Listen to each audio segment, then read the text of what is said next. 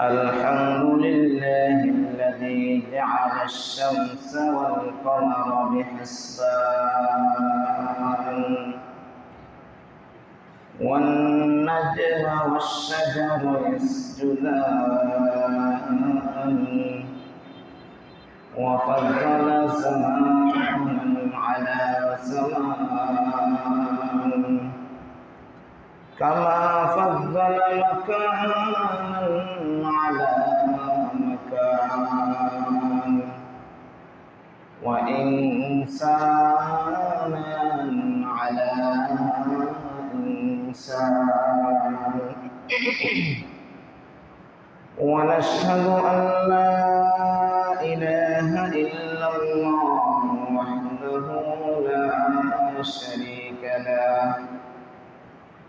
لا شريك له ولا نذير له ولا وزير له ولا معين له ولا مثل له ولا مثال له ونشهد أن سيدنا ونبينا وشفيعنا ومحبوبنا وطبيبنا وطبيب قلوبنا ومولانا محمدا عبد الله ورسوله الذي أرسل إلى الناس كافة بشيرا ونذيرا وداعيا إلى الله بإذنه وسراجا منيرا أما بعد فأعوذ بالله من الشيطان الرجيم بسم الله الرحمن الرحيم إن الله وملائكته يصلون على النبي يا أيها الذين آمنوا صلوا عليه وسلموا تسليما وقال النبي الأكرم صلى الله عليه وسلم إن الجنة تشتاق إلى 5 نفر تالي القرآن وحافظ اللسان ومطعم الجيعان ومكسي العريان صلى علي حبيب الرحمن أو كما قال النبي عليه الصلاة والسلام صلى الله على سيدنا ومولانا محمد وعلى آله وأصحابه وسلم صلى الله على سيدنا ومولانا محمد وعلى آله وأصحابه وسلم. بلغ العلا بكماله كشف الدجى بجماله حسنت جميع خصاله صلوا عليه وآله. لا إله إلا الله لا إله إلا الله لا إله لا إله إلا الله لا إله إلا الله لا إله إلا الله محمد رسول الله صلى الله عليه وسلم. আলহামদুলিল্লাহ, আল্লাহ পাকের দরবারে শুকরিয়া আদায় করি যে আল্লাহ পাক রব্বুল আলামিন অত্যন্ত দয়া করে, মায়া করে, মহব্বত করে, যাচাই করে, বাছাই করে আল্লাহর ঘর মসজিদে আসার বসার তৌফিক দান করেছেন। সেই জন্য দিল থেকে শুকরিয়া আদায় করে আলহামদুলিল্লাহ। আল্লাহ রাব্বুল আলামিন আমাদেরকে রবিউল আউয়াল মাসে পদার্পণ করার তৌফিক দান করেছে। গত সপ্তাহে রবিউল আউয়াল মাসে ফজিলত সম্পর্কে আলোচনা করেছিলাম। এই রবিউল আউয়াল মাসের 12 তারিখ আজকে। রবিউল আউয়াল মাসের 12 তারিখ রাসূল সাল্লাল্লাহু আলাইহি সাল্লাম ইন্তেকাল করেছেন। আবার রাসূল সাল্লাল্লাহু আলাইহি ওয়াসাল্লাম রবিউল আউয়াল মাসের 12 তারিখ জন্মগ্রহণ করেছেন। তবে এটার মধ্যে অনেকেরই সন্দেহ আছে, এই তারিখ বা অন্য তারিখও হইতে পারে। এরকম নিঃসন্দেহে এরকমভাবে রেওয়ায়ত নাই, স্পষ্ট রেওয়ায়ত নাই। এই রবিউল আউয়াল মাসকে কেন্দ্র করে গত সপ্তাহে আলোচনা করেছিলাম। রবিউল আউয়াল মাসকে কেন্দ্র করে কেউ কেউ জন্মবার্ষিকী পালন করে, অথচ নবী করিম সাল্লাল্লাহু আলাইহি ওয়াসাল্লাম যেই তারিখে মৃত্যুবরণ করেছেন এই তারিখে জন্ম দিবস পালন করা বোকামি ছাড়া আর কিছুই না। কারণ কি হচ্ছে, আমার মার জন্ম দিবস ততক্ষণ পর্যন্তই পালন করতে পারি যতক্ষণ পর্যন্ত আমার মা জীবিত আছে। ইসলামে তো কোনো জিনিস পালন করা এমনিতেই নিষেধ। এই তারিখে দোয়া দরুদ খতম, উলামায়ে কেরামদেরকে মেহমানদারি বা গরিব দুঃখী মানুষদেরকে খাওয়ানো, সেটাই হচ্ছে উচিত। কারণ আমার মা জন্মগ্রহণ করাও এটা একটা, এই জন্ম তারিখের দিন, এই দিনেও আমরা নেক আমল করব, মৃত্যু বার্ষিকীর দিনেও, অথবা এছাড়া সারা বছরেই আমরা নেক আমল করব। নেক আমল ছাড়া অন্য কিছু করা তো কোনো কোরআন এবং হাদিসের বিধান নাই। যাই হোক, আজকে ঈদে মিলাদুন নবী নামে এক গ্রুপ আছে, তারা এই রবিউল আউয়াল মাসের 12 তারিখে তারা ঈদে মিলাদুন নবী পালন করে, জশ্নে জুলুস করে, রাস্তায় র্যালি করে এবং একজন পীর সাহেব বড় একটা গাড়িকে সাজাইয়া গাড়ির মধ্যখানে পীর সাহেবের গলার মধ্যে মালা পরাইয়া এরপরে ফুল দিয়া ফুলের টোকা দেয়। এই ধরনের কার্যকলাপ আমরা মিডিয়ার মধ্যে দেখতে পাই, ঠিক না? তাদেরকে জিজ্ঞাসা করলে তারা আরো কত কিছু বলে, যে কয় ঈদে মিলাদুন নবীর মাহফিল, ঈদে মিলাদুন নবীর মাহফিল, প্রথম করছেন রব্বানা।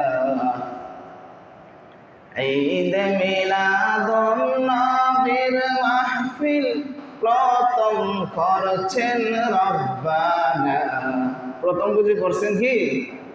রব্বানা করছেন, অর্থাৎ আমাদের রব বুঝি মাহফিল করছেন। ভালো কথা, মাহফিল আল্লাহ তাআলা ফেরেশতাদের মধ্য দিয়ে ফেরেশতাদের নিয়ে একটা মাহফিল করে, এটা হাদিস দ্বারা প্রমাণিত। ওই ফেরেশতাদের মাহফিলে নবী করিম সাল্লাল্লাহু আলাইহি সাল্লামের নামও বলতে পারে, তোমার আমার নামও আল্লাহ তাআলা উচ্চারণ করতে পারে, ঠিক কিনা? খালি নবীর নামে এই ফেরেশতার মাহফিলও করে। শুধু নবীর নামেই এই ফেরেশতার মাহফিলও উচ্চারণ করে নাই, দুনিয়ার মধ্যে যত ইমানদার খাঁটি মুমিন বান্দারা আছে, যত মানুষ নেক আমল করে, যত মানুষ দুরূদ করে, যত মানুষ জিকির আজকার করে, প্রত্যেকটা মুমিন বান্দার নাম ধরে ধরে আল্লাহ তাআলা গর্ব করতে থাকে, সুবহানাল্লাহ। শুধু নবীর নামই তো করে, নবীর নাম ধরে জশ্নে জুলুস করে। আর এই ভালো কথা, তোমরা জশ্নে জুলুস করো, এত কোনো অসুবিধা নেই, কিন্তু মাঝখানে পীর সাহেবকে রঙিন করে সাজাইয়া, হ্যাঁ, এই এরপরে বাজনাও বাজাইয়া, হ্যাঁ, ডুলডুফকি বাজাইয়াও তারা রেলি করতে থাকে। এই পীর সাহেব টাকাটা, এই পীর সাহেবের আদর্শ তোমরা বাস্তবায়ন করতে চাও না আল্লাহ নবীর আদর্শ বাস্তবায়ন করতে চাও? আমি তো বলবো যে এই ধরনের যে কার্যকলাপ কোনো সাহাবীর মধ্যে, কোনো সাহাবীর আমল দ্বারা বাস্তবায়ন নাই, এটা বন্ডামি ছাড়া আর কিছু না।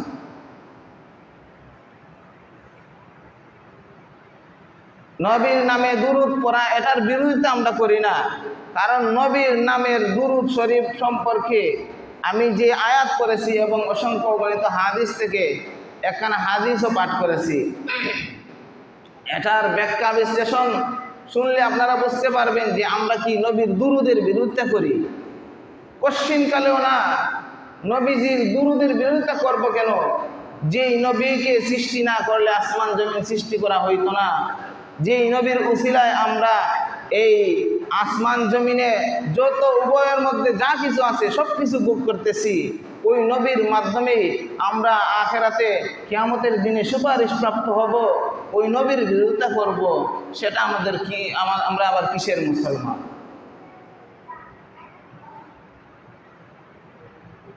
নবী করিম সাল্লাল্লাহু আলাইহি ওয়াসাল্লাম হাদিস শরীফের মধ্যে বলতেছেন, ইন্নাল জান্নাতা তাশতাকু ইলা 50 নাফারিন তালিল কুরআন ওয়া হাফিজিল লিসান ওয়া মুতঈমিল জিআন ওয়া মুকসিল উরয়ান মান সাল্লা আলাইয়া হাবিবুর রহমান। সুবহানাল্লাহ। নবী পাক সাল্লাল্লাহু আলাইহি সাল্লাম বলেন, 5 ধরনের ব্যক্তির জন্য জান্নাত অপেক্ষায় অপেক্ষমান থাকবে। জান্নাত তাদের জন্য অপেক্ষা করবে, তাদেরকে শুভাগমন জানাবে, তাদেরকে আমন্ত্রণ জানাবে। ওই 5 ধরনের ব্যক্তি কারা? নবীজি সাল্লাল্লাহু আলাইহি ওয়াসাল্লাম হাদিস শরীফের মধ্যে বলতেছেন, 1 নম্বর হচ্ছে ওই ব্যক্তি যে প্রতিনিয়ত প্রতিদিন কোরআন তেলাওয়াত করে। সুবহানাল্লাহ। 1 নম্বর ব্যক্তিকে তালিল কুরআন, যে কোরআন তেলাওয়াত করে, কোরআন পাঠ করে প্রতিনিয়ত, সে প্রতিদিন কোরআন তেলাওয়াতের আমল করে, ওই ব্যক্তির জন্য জান্নাত অপেক্ষায় থাকবে। সুবহানাল্লাহ। ওয়া হাফিজিল লিসান, 2 নম্বর ব্যক্তি হচ্ছে ওই ব্যক্তি যে ব্যক্তি তার এই পবিত্র জবানকে অযথা কথাবার্তা থেকে হেফাজত করবে। এক ধরনের ব্যক্তি আছে অযথা কথাবার্তা বলে, রাস্তাঘাটে অযথা কথাবার্তা বলে, হোটেলে এই ধরনের, বাজারে এরকম ভাবে বিভিন্ন ধরনের আলোচনা করে, অযথাই কথাবার্তা বলে। অথচ তার জবানকে নিয়মিত যদি সে জিকির আজকারের মধ্যে শামিল রাখে তাহলে সে ওই হাদিসের অন্তর্ভুক্ত হয়ে যাবে।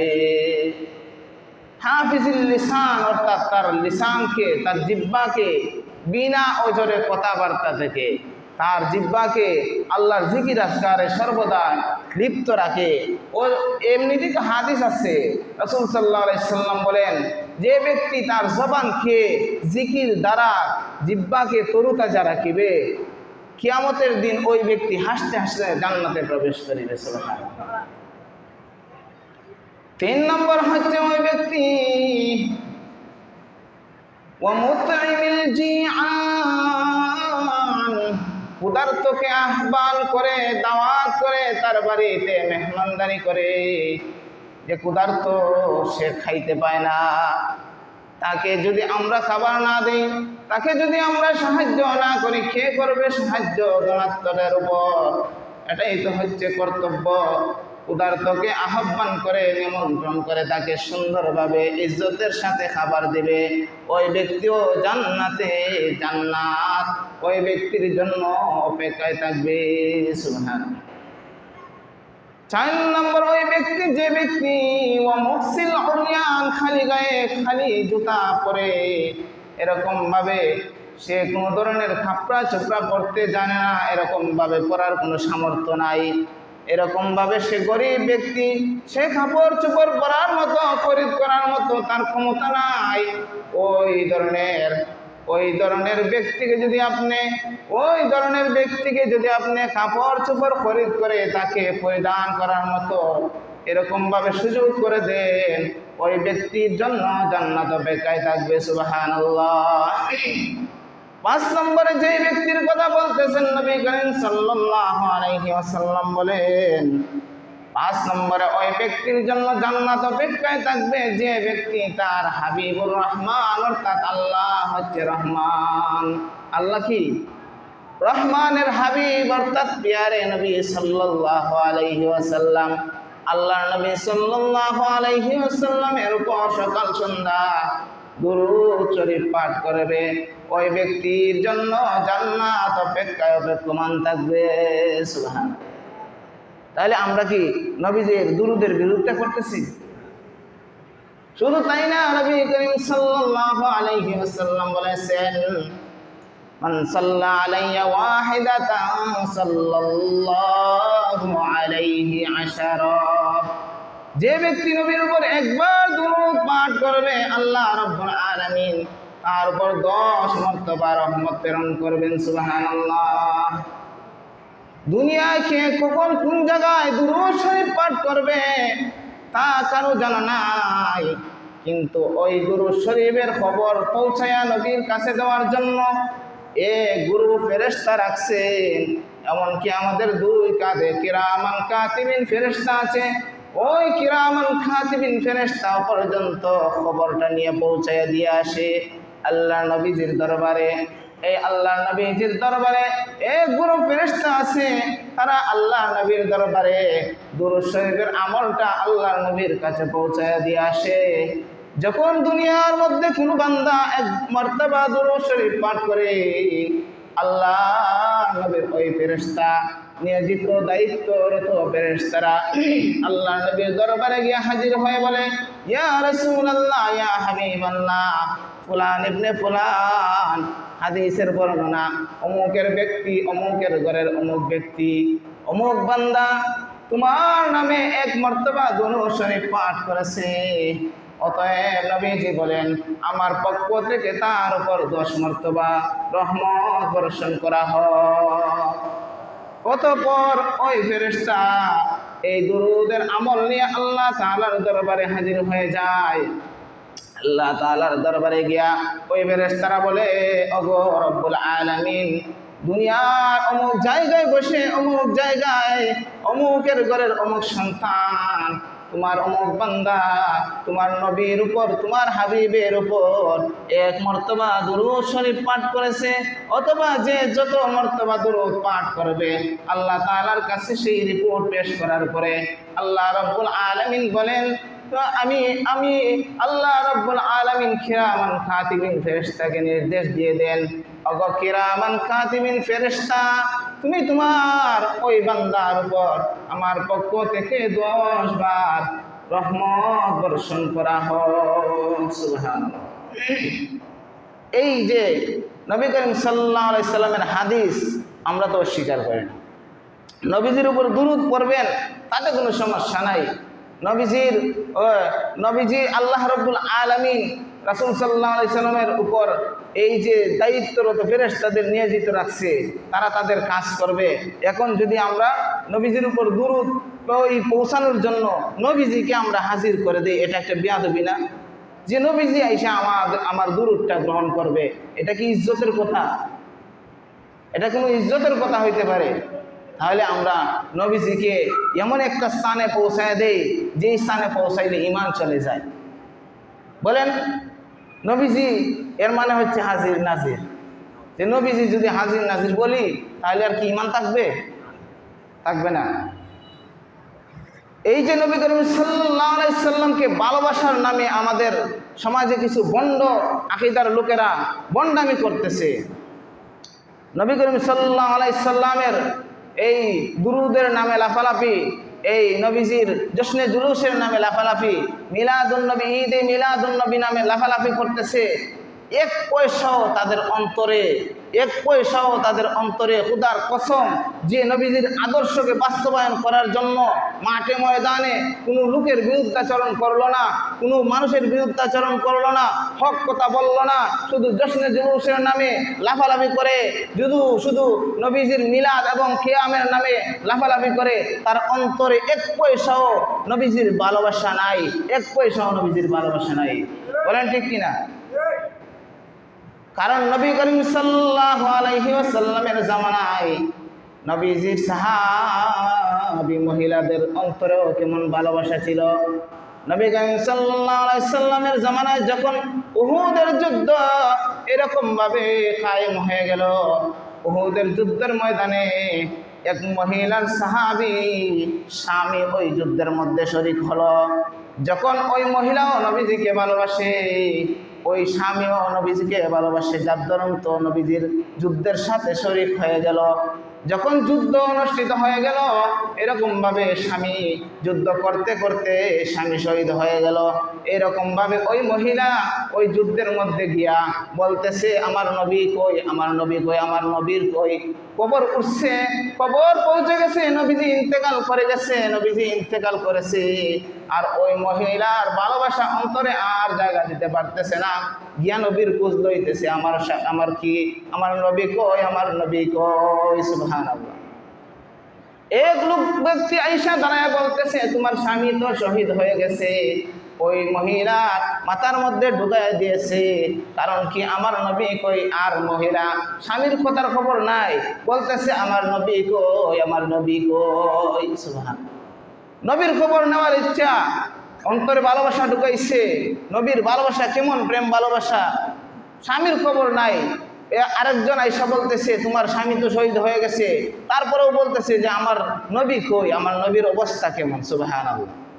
এই যে তাদের অবস্থা, অন্তরে কেমন ভালোবাসা। মহিলারা পর্যন্ত নবীকে যুদ্ধের ময়দানে শরীক হয়ে গেছে, এই নবীকে বাঁচানোর জন্য, নবীকে সাপোর্ট করার জন্য, এই যে ভালোবাসা তাদের অন্তরের মধ্যে। আর আমরা নবীর নামে ভালোবাসা আর নবীর নামে এই জশ্নে জুলুস নিয়ে পাগল ব্যস্ত। নবীর নামে যদি জিহাদ হয় এবং দ্বীনের রাস্তায় যদি জিহাদ হয়, তাহলে রাস্তার মধ্যে আর কেউ পাওয়া যায় না। এই যে আজকে তারা র্যালি করবে, এই ধরনের র্যালির মধ্যে আমি দেখছি সম্পূর্ণ শিরকি আকীদা। কারণ তারা তাদের এই র্যালির মধ্যে নবীর নামে সে এরকমভাবে স্লোগান দিতেই পারে, আল্লাহ এবং দ্বীন ইসলামের জন্য স্লোগান দিতেই পারে, কিন্তু পীর সাহেব মাঝখানে বসাইয়া ফুল দিয়া সাজাইয়া এই পীর সাহেবের নামে স্লোগান, অমুক পীর জিন্দাবাদ জিন্দাবাদ। তাহলে পীর সাহেবেরই তো স্লোগান হইতেছে, নবীর কই ভালোবাসা।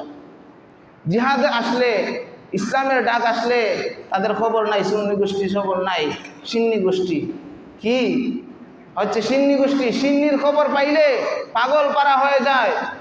চিংড়ি খাওয়ার জন্য লাইন ধরে ফেলে।